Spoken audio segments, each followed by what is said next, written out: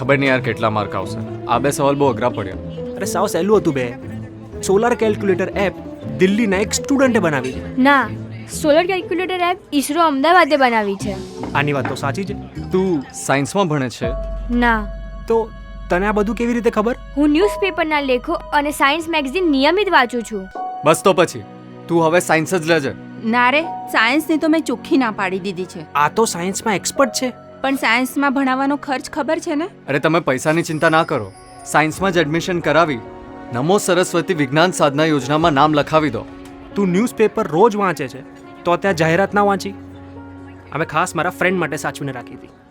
ગુજરાતના તેજસ્વી વિદ્યાર્થીઓ કે જે વિજ્ઞાન પ્રવાહમાં આગળ વધે છે પણ આર્થિક કારણથી તેમનું ભણતર ન બગડે તેના માટે આપણા વડાપ્રધાન શ્રી નરેન્દ્રભાઈ મોદીના વિઝનને સાકાર કરવા માટે ગુજરાતના મુખ્યમંત્રી શ્રી ભૂપેન્દ્રભાઈ પટેલે શરૂ કરી છે નમો સરસ્વતી વિજ્ઞાન સાધના યોજના. ધોરણ 10માં 50% કે તેથી વધુ માર્ક્સ સાથે પાસ થનાર અને 11 સાયન્સમાં પ્રવેશ મેળવતા ગુજરાતના દીકરા દીકરીઓને દર મહિને મળે છે ₹1000.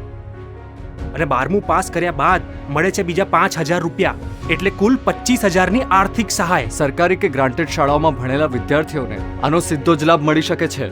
અને ખાનગી શાળામાં ભણતા વિદ્યાર્થીઓ કે જેમના પરિવારની વાર્ષિક આવક 6 લાખ કે તેનાથી નીચે હોય એમને પણ મળે છે નમો સરસ્વતી વિજ્ઞાન સાધના યોજનાનો લાભ. તો હું મારી દીકરીને સાયન્સમાં જ ભણાવીશ. વિકસિત ભારત વિકસિત ગુજરાતના મંત્રને ચરિતાર્થ કરતું વધુ એક કદમ. નમો સરસ્વતી વિજ્ઞાન સાધના યોજના.